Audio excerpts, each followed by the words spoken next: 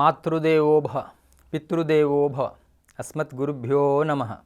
శ్రీ శ్రీ శ్రీ త్రిదండి చిన శ్రీమన్నారాయణ రామానుజ జీయస్వామి వారి పాద పద్మాలకు నమస్కరిస్తూ, భగవద్బంధులారా, ఎందరో మహానుభావులు అందరికీ వందనాలు అన్నమాట. నా పేరు బైలూరు యోగీష్ ప్రభు అండి. ఒక టాయిలెట్కి టూలెట్కి తేడా తెలియని వ్యక్తిని మీ ముందు కూర్చొని మాట్లాడుతున్నాను. అది మాట్లాడుతున్నాను అంటే ఒకటి తల్లిదండ్రుల ఆశీర్వాదం, ఒకటి భగవంతుడి కృప అన్నమాట, గురువుల ఆశీర్వాదం అన్నమాట. జీవితంలో 4 కష్టమైన పనులంట. చీమకి లిప్స్టిక్ పెట్టలేమంట, దోమకి చీరగట్టలేమంట, ఏనుగుని ఒళ్ళో కూర్చోబెట్టుకోలేమంట, మనిషిని తృప్తిపరచలేమంటండి. డబ్బా పాలు తాగి అందరూ డబ్బు డబ్బు అంటున్నారండి. తల్లి పాలు తాగిన వాడిని, తల్లి భారతమాత కోసం బతకాలనుకుంటున్నాను, బ్రతుకుతున్నాను అనమాట. సంసారం మన ఎంబడి రాదంట, సంస్కారం మన ఎంబడి వస్తుందంట. అందుకే స్మరణం చేయాలంట. స్మరణంలో మర్చిపోతే మరణం అన్నమాట.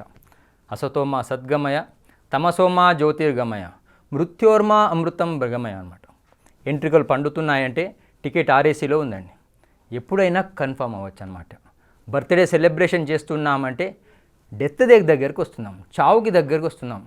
మనిషి జన్మకు వచ్చాం, ఆ జన్మ సార్థకం కావాలి.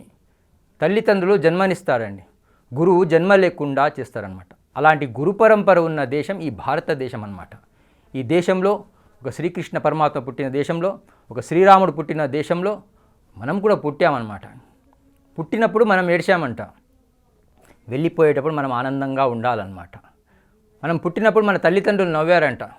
ఎందుకు అంటే కొడుకు పుడితే ఒక ఛత్రపతి శివాజీ లాంటి పుట్టాడు, ఒక కూతురు పుడితే ఒక ఝాన్సీ రాణి లక్ష్మీబాయి లాంటి వారు కూతురు పుట్టిందని ఆనందపడ్డారన్నమాట. వెళ్ళిపోయేటప్పుడు మనం ఎందుకు ఆనందంగా ఉండాలి అంటే కిరాయి ఇంటికి వచ్చామన్నమాట, సొంత ఇంటికి వెళ్తున్నాం అన్నమాట. అందుకే మృత్యు అమృతం కావాలన్నమాట. ఆ దిశగా మన జీవితం సాగాలి. ఒక శవం వెళ్తూ ఉంటుందంట, అటు నుంచి పెళ్లి కూతురుని తీసుకొస్తూ ఉంటారంట. అప్పుడు ఈ శవం ఆ పెళ్లి కూతురు చెప్తుందంట, అమ్మా నిన్ను నలుగురు మోస్తున్నారు, నన్ను నలుగురు మోస్తున్నారు, నీకు పూలదండ వేశారు, నాకు పూలదండ వేశారు, నీకు బొట్టు పెట్టారు, నాకు బొట్టు పెట్టారు, నీకు చీర కట్టారు, నాకు చీర కట్టారమ్మా. కానీ ఒకటి మర్చిపోకమ్మా, ఒకప్పుడు నేను నీ పొజిషన్లో ఉన్నా, ఒకప్పుడు నేను కూడా పెళ్లి కూతురుగా ఉన్నాను, కానీ ఒకరోజు నువ్వు నా పొజిషన్ రావాలని శవం చెప్తుందంట. అందరం పోయేవాళ్ళమే. మానవ జన్మ సార్థకం కావాలి అంటే 100 పనులు మానేసి భోజనం చేయాలంట, 1000 పనులు మానేసి దానం చేయాలంట, 1,00,000 పనులు మానేసి సేవ చేయాలంట, 1,00,000 పనులు మానేసి భగవంతుడి నామస్మరణం చేయాలన్నమాట. అందుకే కంఠానికి అందం ఎప్పుడు అంటే కంఠస్థం రావాలి, నిరంతరం నామస్మరణం జరుగుతూ ఉండాలన్నమాట. జగజ్జైత్ర కమంత్రేణ రామనామాభిరక్షితం ఎక్కంటే ధారయేతస్య కరాస్త సర్వసిద్ధయ అంటుంది రామరక్షా స్తోత్రం. ఆర్థా విషణ్ణ శిథిలాశ భీత ఘోరేషు వ్యాధిషు వర్తమాన సంకీర్తనారాయణ శబ్దమాత్రం విముక్త దుఃఖ సుఖినో భవంతు అంటుంది విష్ణు సహస్రం అన్నమాట. అన్ని దుఃఖాల నుంచి బయటపడాలి అంటే అందరికీ ఆ భగవంతుడి నామస్మరణమే ఒక్కటే అన్నమాట. జీవితంలో మనం తీసుకెళ్లేది ఏమీ లేదు, కానీ మనం చాలామంది అంటుంటారు. కానీ మన ఎంబడి 2 వస్తాయండి, మన చేసిన పాప పుణ్యాలు వస్తుంటాయి అన్నమాట. ఏటీఎం కార్డు పెడితే డబ్బులు రావండి, బ్యాలెన్స్ ఉంటే విత్డ్రా అన్నమాట. ఈ జన్మలో ఏదైనా మంచి జరుగుతుంది అంటే ఆ గత జన్మది మనం విత్డ్రా చేస్తున్నాం అన్నమాట. వచ్చే జన్మకి ఏమి జరగాలి అంటే ఈ జన్మలో మంచి పని చేయాలి. పరోపకారార్థం ఇదం శరీరం పరోపకారాయ పుణ్యాయ అంటారన్నమాట.